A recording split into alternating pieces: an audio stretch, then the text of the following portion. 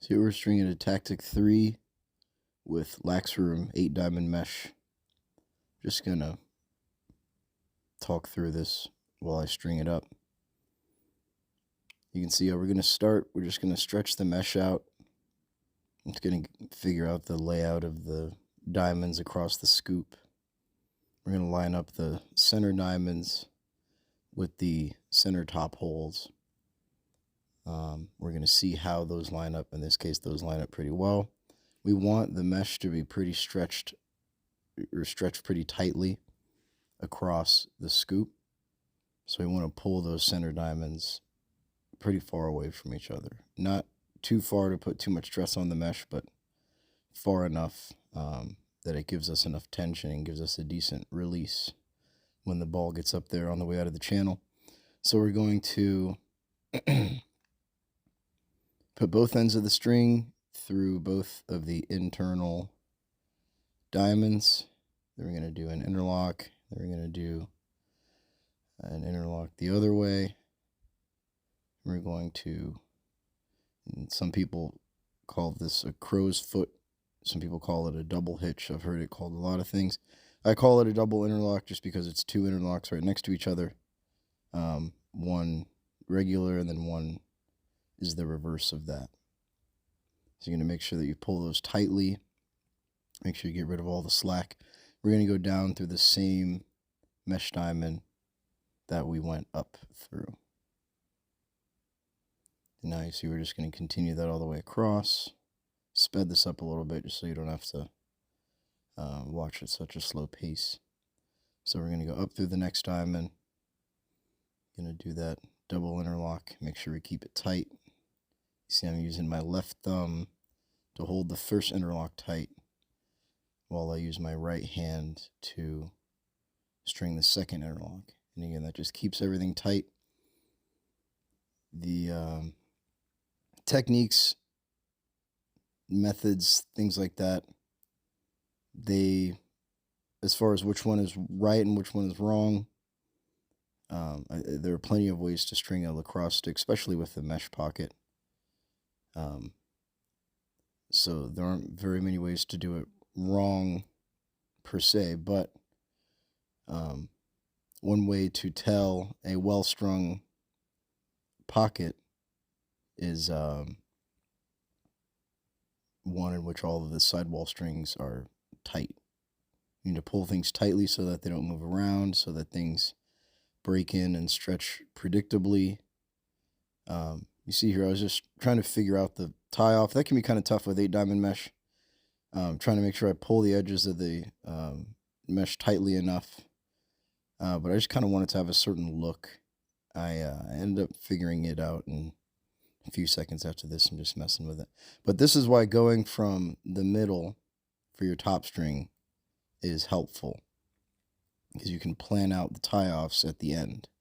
All right, if I just tied this on one side and then got all the way across and then saw that it's too shallow, or maybe I'm like putting too much stress on the top of the mesh, then I'm gonna have to go back and do it all again. So it helps to go from the middle, because the tie-offs for top strings can be kind of challenging, and so going from the middle just kind of helps you do the easy part first, and then you figure out the tie-off at the end. Here you go. I ended up folding these two 7 diamond mesh rows on top of one another, and then just looping through and tying them together. So it's going to pull the mesh tightly enough down the side, up in the top corners, the ears of the mesh. That's what I call it sometimes, if you want to think about it that way. Going through the second hole. We're using 8 diamond mesh, so the diamonds are just a little bit bigger than those of 10 diamond mesh.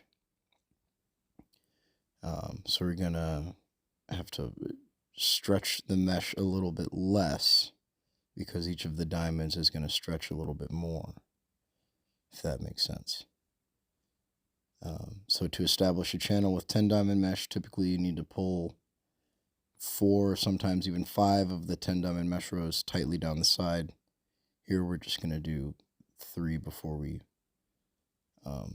start forming pocket. I'm going to do a nice mid pocket, maybe mid-high. It depends on how you measure that. I'm going to do a separate video on pocket placement and pushing pockets and where the ball sits when you're winding up for a pass or shot, and versus where it sits when we cradle. And talk about all that in a later video. So we're finished with our top string. Now we're just going to pull the rest of the mesh side to side. We're just going to get it loosened up. And then if you're new to stringing, this is a good stopping point. You formed your top string, so as long as it's tight and it's symmetrical, you're good there. You can use one of your hands. You see, I always am looking at the back of the head, and since I'm right-handed, my right hand's always on top, and my left hand is always on the bottom, coming up from the face of the head. That's just how I prefer to hold it, just so everything's consistent. And so you can see I'm kind of playing with some sidewall string placement to see where I need to pull these diamonds down to in order to get the kind of channel I want. This is the kind of planning that goes a long way, because once you start cutting string and getting started with stringing, then it's really hard to stop that and go back. So it helps to just pull on the diamonds a little bit and figure out an idea at least of where you want them to be before you start stringing. So now we're ready to go. Again, this clip is just a little bit sped up. I don't normally move this fast or string this fast, but I think talking over it and explaining what's going on, I don't think we need to watch at such a slow speed. As you see, I'm starting the sidewall string in the same hole that I ended the top string in. I just want to make sure that nothing slips through that hole, so we kind of just want to fill it with a bunch of string and knots and just make sure that none of that's going anywhere. So now we're going to start stringing our sidewalls. We're going to form the channel. So the pocket has two parts. It's got a channel, and then it's got the actual pocket. So the pocket obviously holds the ball. It's typically your deepest point. And then the channel is a sort of narrow hallway, I guess, if you want to think about it, through which the ball travels up out of the pocket and toward the target when you're passing or shooting. So a tighter channel can tend to lead more accurate, or I guess more consistent passes and shots. Although too tight of a channel can choke the ball when it's coming out, and it can add too much whip, and it can drag your passes and shots down and potentially away from the target. So I'm stringing this to the inside. You see those first two interlocks I just went from the back of the mesh. I'm really just pulling the mesh down. I don't really care about the orientation of it. But now I'm coming up from the face of the mesh. This is the area of the mesh that the ball is going to be touching. It's going to be up against. This is where where the channel starts to form, starts to tighten.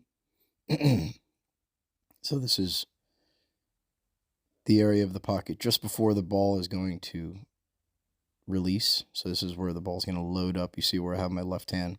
The ball's going to load up there when I'm winding up. Of course, as I form the channel, that area is going to deepen and is going to get a little bit lower. Or as I form the pocket, sorry. But so now you see I'm forming the pocket. The channel, I'm pulling diamonds down the sidewall rail further away from one another.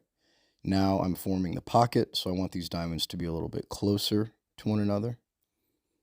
So you see I did two in a row, coming up through the face of the mesh, and then going through two holes. I'm going to pull that, and then I'm going to go back down through the back of that same mesh diamond. And you see I normally will do an interlock, and then I'll pull and adjust or whatever.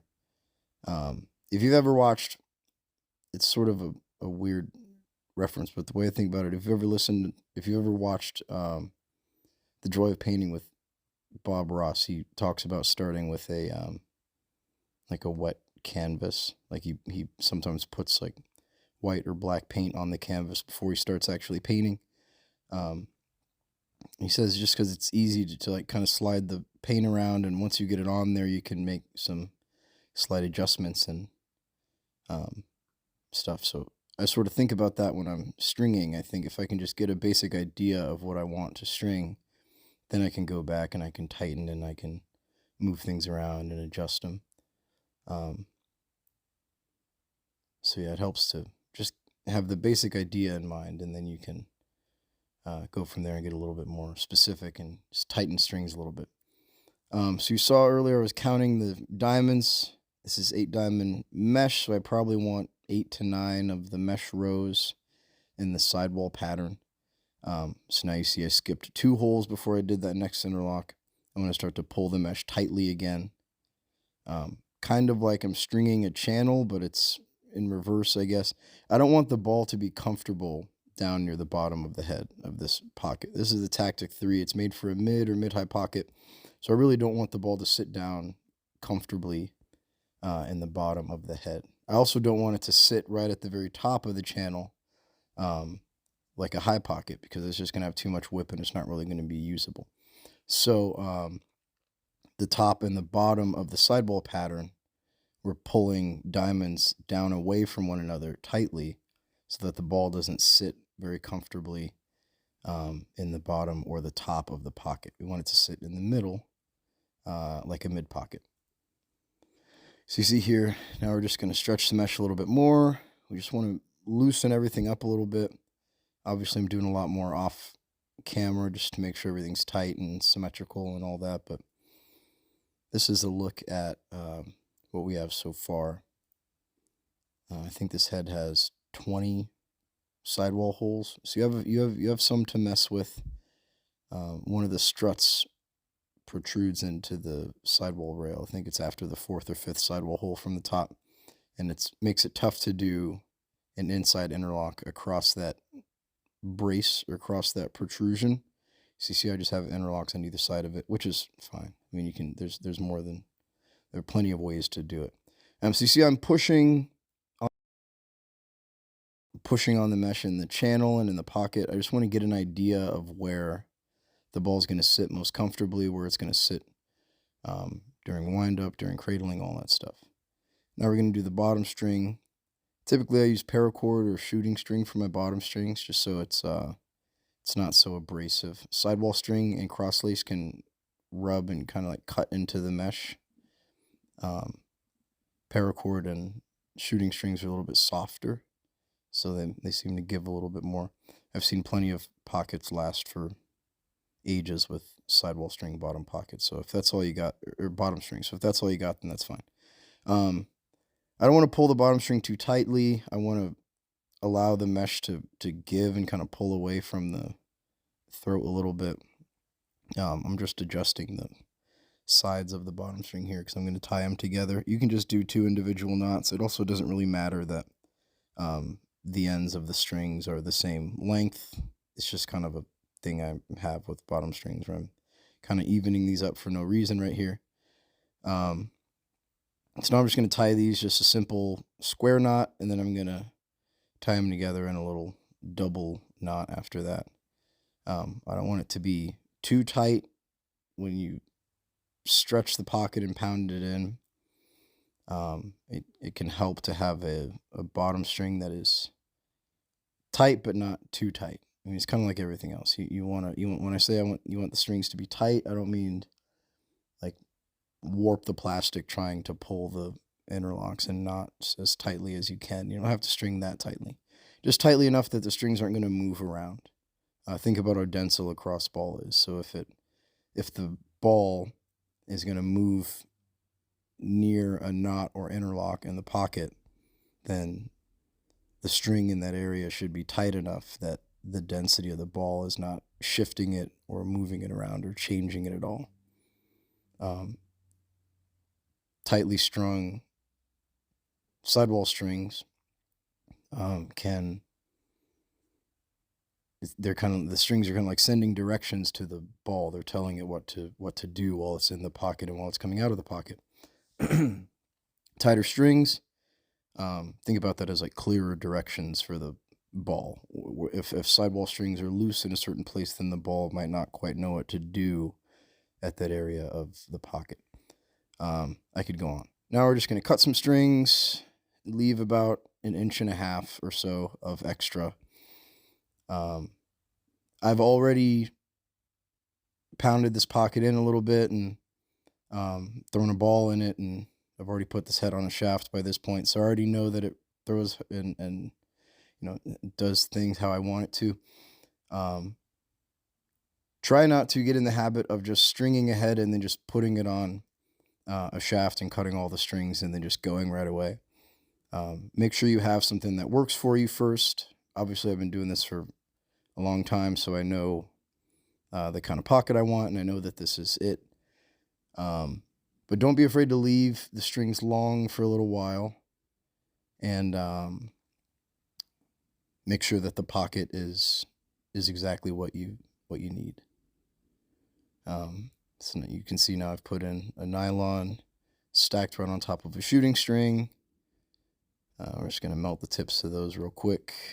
I want the ball to sit near the top end. I just don't want it to be a mid pocket, but I want the ball to sit pretty comfortably between the middle and the top third of the head in the pocket. So there you see, that's where it's going to sit. The ball's not going to sit too comfortably down low. It's going to sit in the middle, and then it's going to sit upward. Pretty smooth release so far. Stringing to the inside will just accentuate that channel. It'll also give you a little more feel on the release without adding too much whip.